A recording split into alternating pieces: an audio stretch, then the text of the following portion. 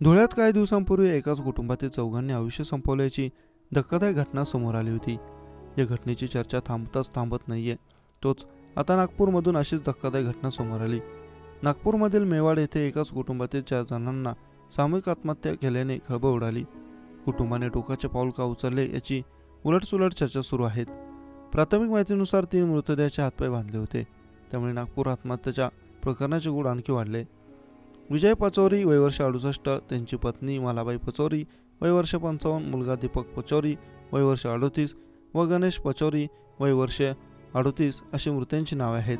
विजय पचौरी हे सेवानिवृत्त शिक्षक होते, तर त्यांची पत्नी गृहिणी असल्याचं सांगण्यात येत आहे. मेवाडमधील अख्खा कुटुंबाने आयुष्य संपवल्यामुळे नागपूरमध्ये खळबळ उडाली आहे. मृतांमध्ये 2 मुलं आणि पत्नी आणि नवऱ्याचा समावेश आहे. या कुटुंबाने सामूहिक आत्महत्या केल्याचा पोलिसांना प्राथमिक अंदाज आहे. याचा पोलीस अधिक तपास करत आहेत. पण या प्रकरणामुळे अनेक प्रश्न उपस्थित राहत आहेत. ही आत्महत्याच आहे का, की नवऱ्याने आधी तिघांना संपवलं आणि मग स्वतःही टोकाचे पाऊल उचलले? कुटुंबाला कोणाचा त्रास होता का, या कारणाचा पोलीस तपास करत आहेत.